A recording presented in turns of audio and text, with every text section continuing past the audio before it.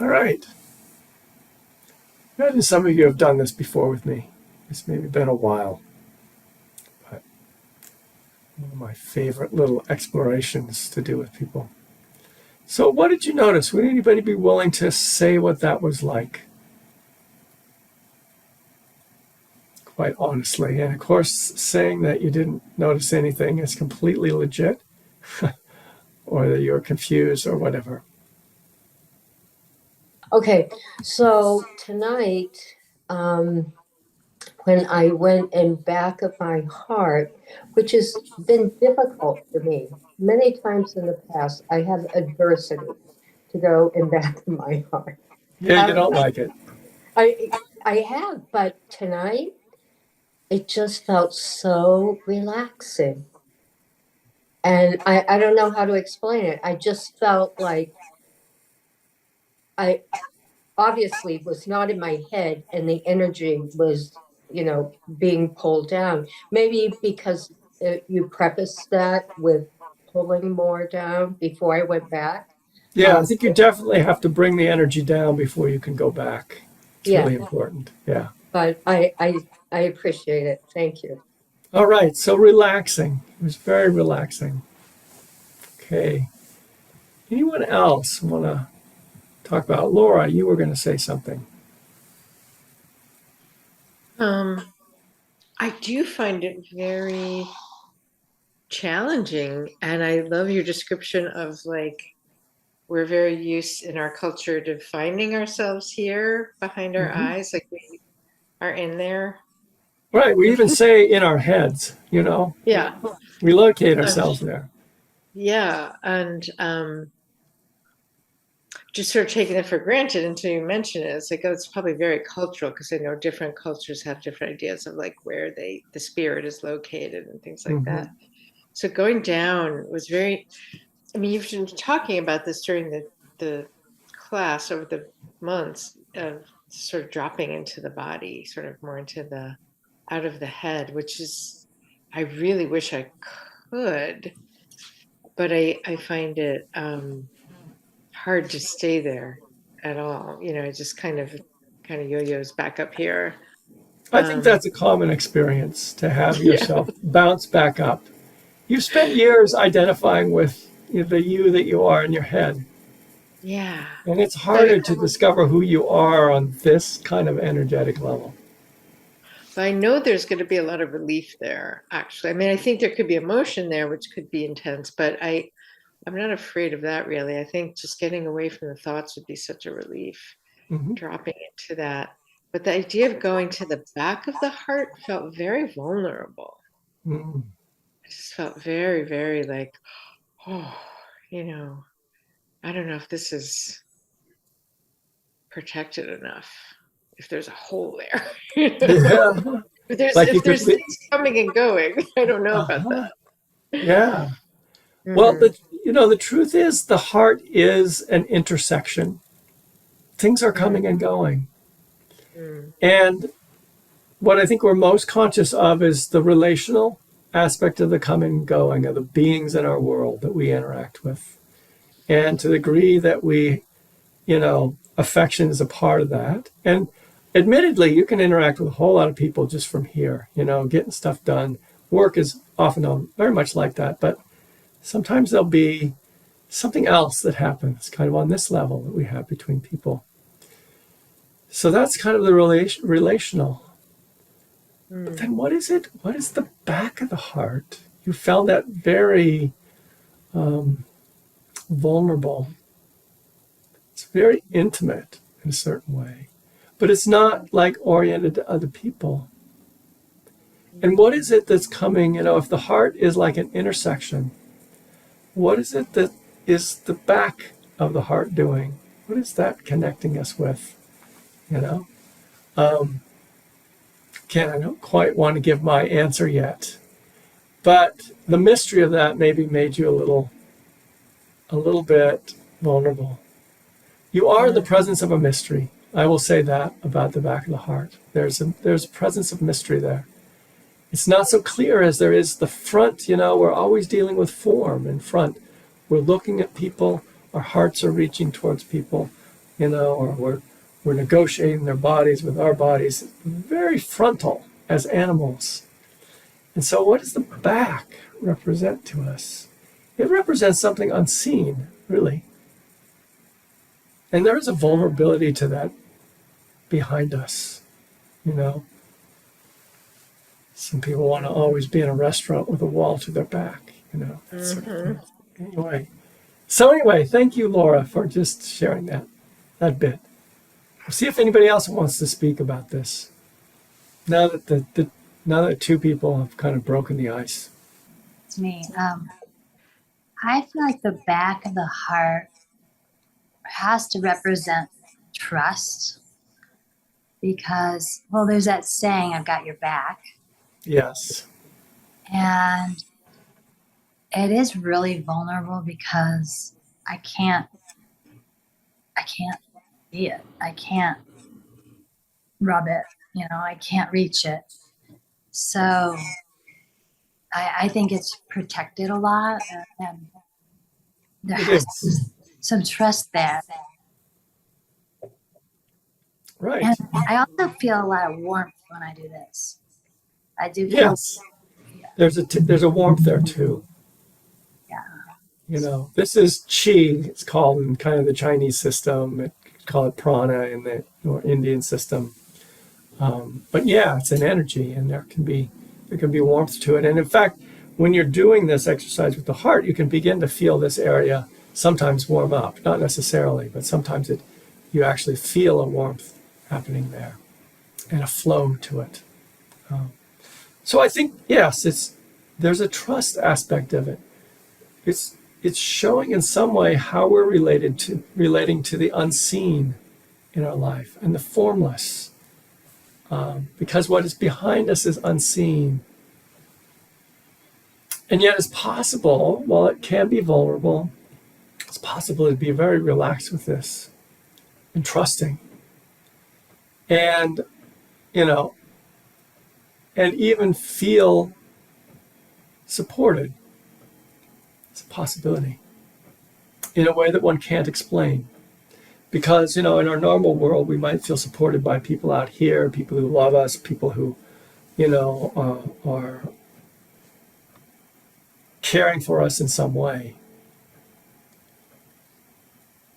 And so it's another thing to, in some way, feel that kind of support from the unseen.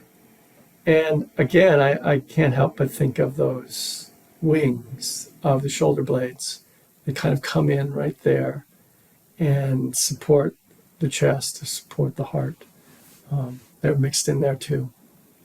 See, it's a very embodied way to work with trust. Anyone else want to add anything here? So one idea I'll put in here, and it might seem abstract at first, but that's why I started you with the exercise. If you want to pursue this further, it's important that it be really concrete and embodied. Is that, the front of the heart is a little more the relative heart. It's relational to other beings, other forms. The back of the heart, in my exploration of it, is something more universal. Some people might even use the word transpersonal. It's not, if the personal heart is the front, it's something transpersonal, something that links us to what's beyond us. And it links us kind of vertically to what's above. It links us sort of vertically to what's below. Heaven and earth, as are kind of talked about in the Taoist language, which doesn't necessarily mean literally what we think of as heaven, but there's a way that the back of the heart is oriented there and also to the unseen behind it. And so it's a place where we can rest in a connection that's really quite beyond reason, quite beyond form. There was a period of my life when I was drawn to the back of the heart in my meditation. I just felt very strongly this kind of a coming down of energy out of my head, and then just the urge to go back into the heart and even go out beyond the heart and to just rest there in my meditation. And it felt so safe in a way that had no justification. So this is very much beyond the mind. This really takes you beyond the mind. Small m mind, beyond what you know, into the unknown. And so I found myself just kind of resting there in the middle of meditation in this sense of formlessness and just not knowing, and feeling very safe and connected, which was surprising because often when we think of connection, we think of this kind of thing. We think about how I'm connected with you, or I'm connected to this, I'm with this. There's this two-ness about it, And yet what I was starting to experience in the back of the heart was a connectedness which wasn't about that. It was a connectedness that was invisible and universal. And to just kind of rest there. And I'm trying to put words to it. It's a little bit dangerous because I don't want this to turn into an idea. I much rather have it be an experience. But the words I'm hoping might entice you to be interested in this, in the body, that there's really something there to explore. And similarly, though I have not explored it the same way, the belly is another area, and a type of intelligence that can awaken in a person that is very much worth exploring. So if there's anything more to say about this. So any questions or anything else you'd like to steer us toward? This might be enough for tonight on this topic, but if you have a further question or anything else, just speak up. So Richie. Hi, Mark. Hi. So I was having this. We talked last week and the week before about reminder of openness and spaciousness, and this is something that came to me yesterday. You may not know this about me, but I could be not always a nice person, and I can be really judgmental. Judgment is a big part of what I try to tackle for many, many years. And I'm in different contexts and different groups, and very often there's like one person in a given group who just rates on me, and I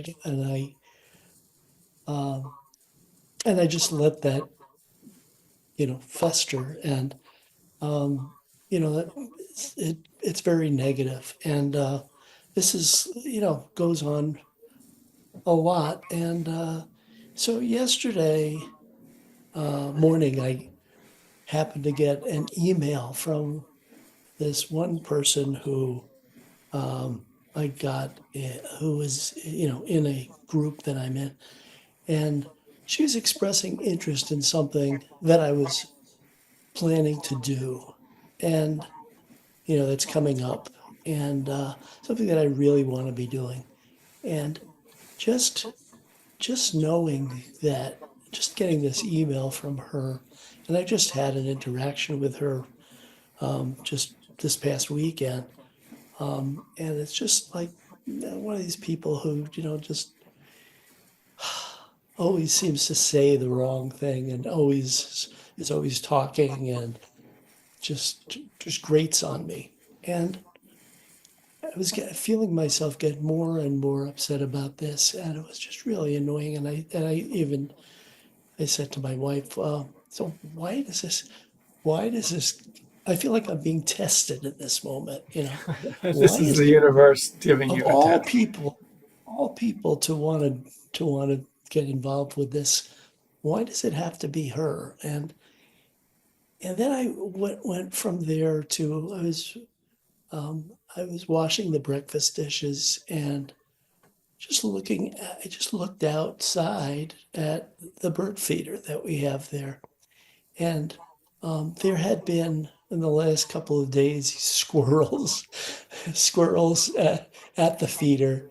And that usually drives me nuts. You know, you have these squirrels there and I'm like banging at the window and to scare them away.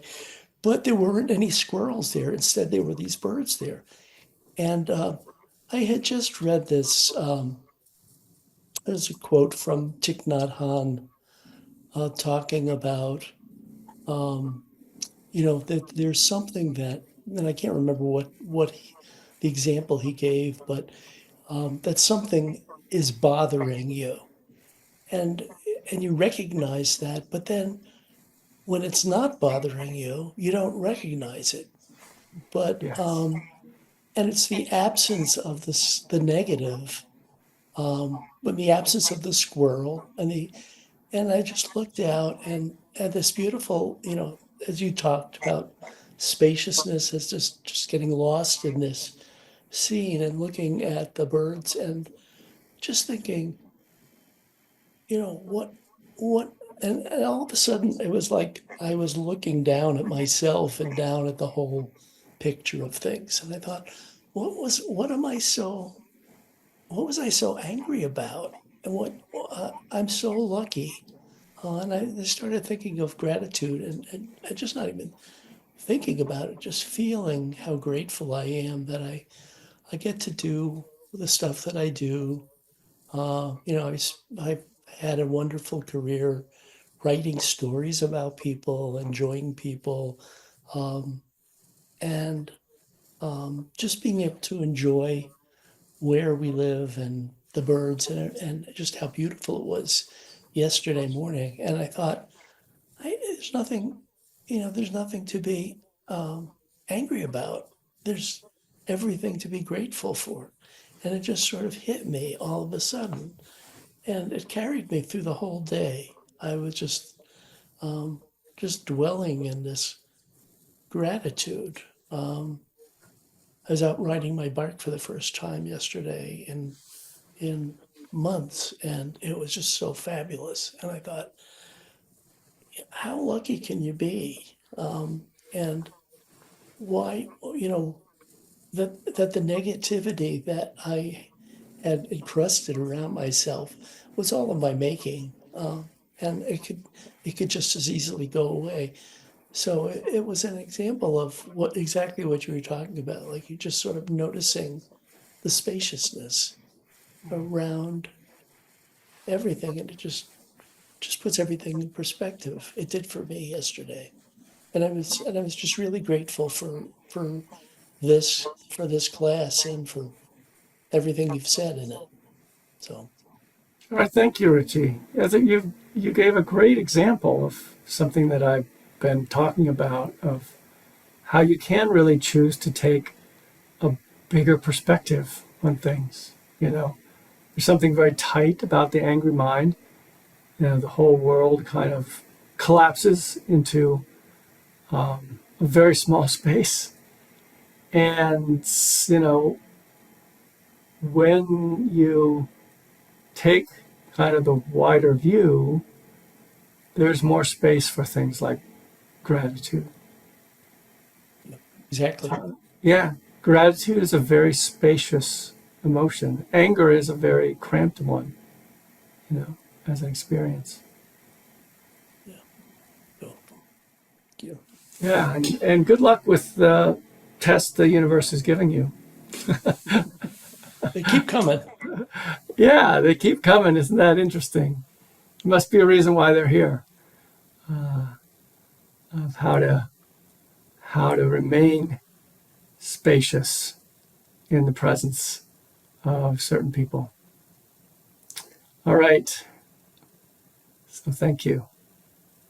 Anyone else? Any other success stories from the week? struggles from the week, whatever. It helps people to hear your examples, so they're not all coming from me. All right, Mickey.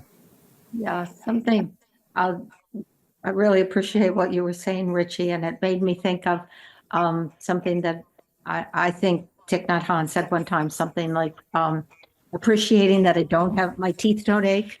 It's like, you know. But Yes. the other day I was walking on a sidewalk and thinking, I'm walking on a sidewalk that doesn't have ice. This is so great, right? And ordinarily I don't appreciate the lack of ice on a sidewalk.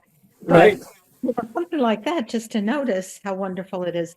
And then the other small thing was at the end of the meditation, you said something about rest here. And I realized that on my little card that says pause, I'm going to change it to rest. I think to Beautiful. take a breath and just rest for a moment Yeah. is just so important for me to do. Yeah. What that means at that moment. Yeah. It feels different, doesn't it? When you're pausing, it's sort of like you're waiting to go ahead again. Whereas when you rest, you actually land. Yeah, and it For a always moment. go like this with my hand because Yeah. rest feels like that. Rest. Beautiful. Down, yeah. A rest stop. And I'm glad I'm not that person that annoyed Richie. Because it could have been me. Yeah, I think we've all filled that role at one point or another. So, all right, yeah, I don't know where this fits in here, but I took a walk today out in the woods, and it was a little treacherous because the trail was still a bit icy, but there were enough like melted spots that I could like step between the melted spots and have some traction. But I was just totally amazed by how happy I felt. And I actually felt like it wasn't a thought like I'm happy to be out in the woods. It was the actual smell of the trees. I could smell the resin of the trees in the warmth of the sun. I could smell the leaves decaying a bit. I could smell the mud. And of course, there was a creek, which has just the loveliest sound to it. And just feeling how all of these things are so animal, really. They're so much the way that we are at home in this world. And, there actually is a whole science to how these chemicals that trees exude affect human beings. They do have a profound effect. And I was experiencing it directly today. And so I think the only reason I want to bring that up is to just suggest it. Take a moment to enjoy, to breathe these kinds of volatile compounds that are being exuded as the world warms up, and to let the animal of you kind of enjoy them. It was also kind of, I guess I was practicing what I preach in that, I was outside. I got out of my house. I got out. It felt spacious. It felt really warming to be out. So, all right. Anyone else have anything to report from the world of spaciousness? I channeled Richie looking at the sky for spaciousness last week when it was really gray, and my heart was very cramped because of something that had happened. And I made myself look at the sky as I was walking and to notice it was gray, but there were different shades. And it was not uniform, and there were shapes and textures. And it helped to pull my attention a little bit out of the shrunken place that it had gone to. Beautiful. Thank you. Thank you for that example. Just even taking an interest in something creates space in the heart. So taking an interest in the sky, the cloudy sky, creates a space, creates an opening. Because oftentimes, like cloudy sky, we just have an idea of it, or we just feel oppressed by it. We don't necessarily do what you did, which is to go out there, take an actual look, actually be interested, and actually see what's there. All that's really, really very valuable for opening up something. So thank you. I think, anytime we really land in a moment, it opens up a space. I was, I think sometimes about our dog Kiva and what she adds to this household, which is a lot. And perhaps you have a pet that does a similar thing. She's so present. And when she's not asleep, which is a lot.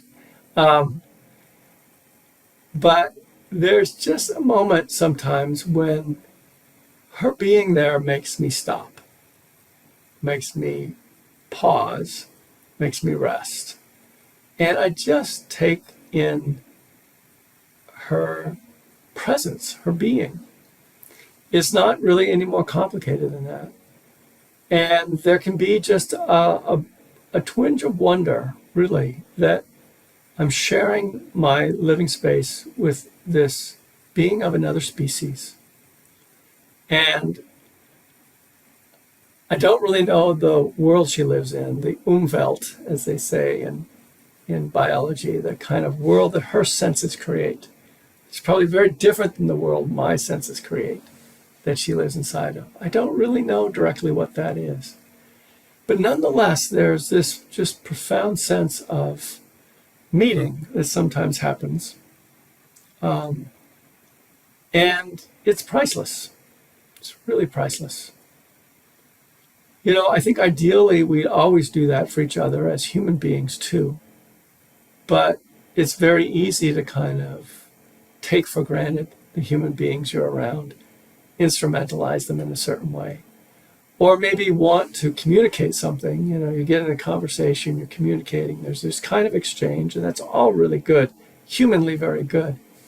But there might not be the space, because they're a human being and because they talk, there might not be this space to just pause and take them in. And take in the wonder that you are sharing your life with this other being, whose inner world you probably know a lot about, probably more than you do your dog if you're sharing, living with someone. But there's still, you can't really know their world completely. But what you can do is be arrested, so to speak, by their presence, stopped, pause, and rest. I'm going to use that word that Mickey pointed out is so helpful. Just kind of let that just rest for a moment. I think that, people who are in love, they've done studies of this, and they look into each other's eyes a lot. And there's also a greater tendency to lapse into a little bit of silence with each other, that's okay. You're comfortable with the intimacy of that. And it's very intimate in a certain way, that kind of, falling silent with someone and yet meeting their gaze. And so I'm prattling on a little bit, but just about how to open space that way, just through encounter with another being and letting some of the mystery of that be felt.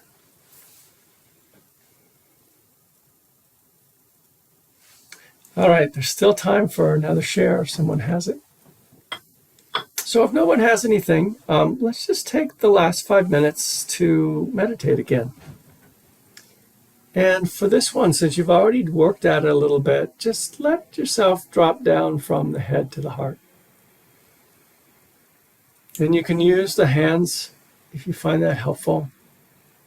Bring the energy down. Maybe you went up a little more into your head listening to me. Bring that down. You can touch your sternum. Just knead your sternum a little bit. See if you can just activate the heart intelligence. Activate that energetically. Just a little bit of a sense of energy there, of a little bit of radiance, maybe. A little bit of tenderness, a little bit of openness. There's a lot of different ways to experience this, not just one.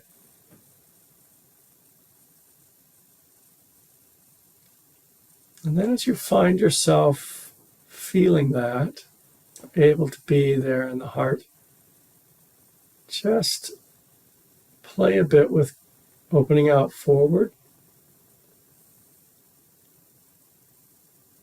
and resting in the back of the heart and opening out towards the back behind you.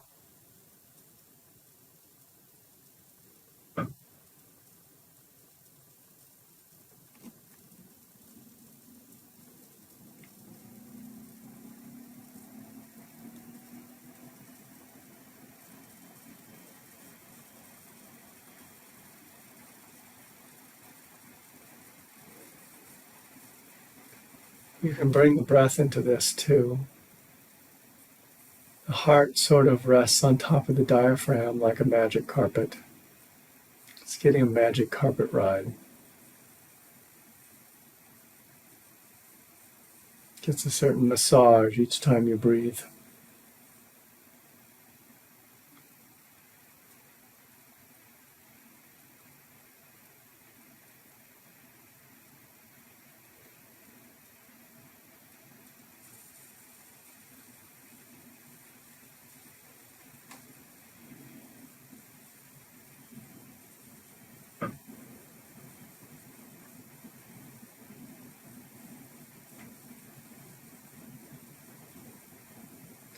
And then again, another choice is to just go a little into the loving kindness meditation aspect of this and just radiate goodwill to your whole body from the heart.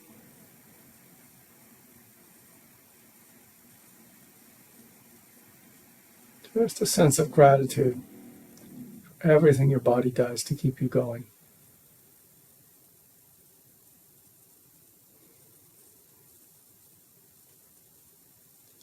We so easily focus on the things that are wrong, aches and pains. It's so helpful to touch the fact that so much is going right. And the body's working so hard.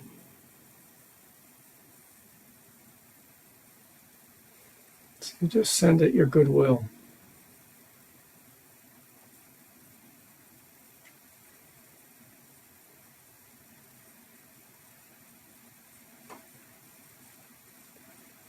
So you feel like your whole body's in this kind of cloud of goodwill and safety.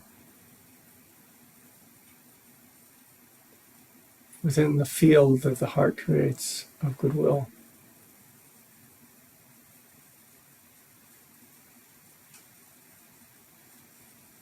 And then before we close, just share this with another being that comes to mind, who you just like to share this cloud of goodwill with tonight.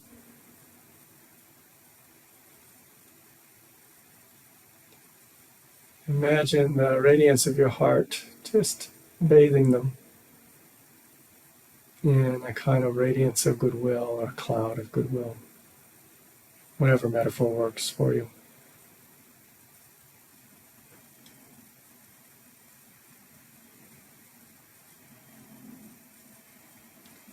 And then just releasing it, sending it more generally out to all beings everywhere.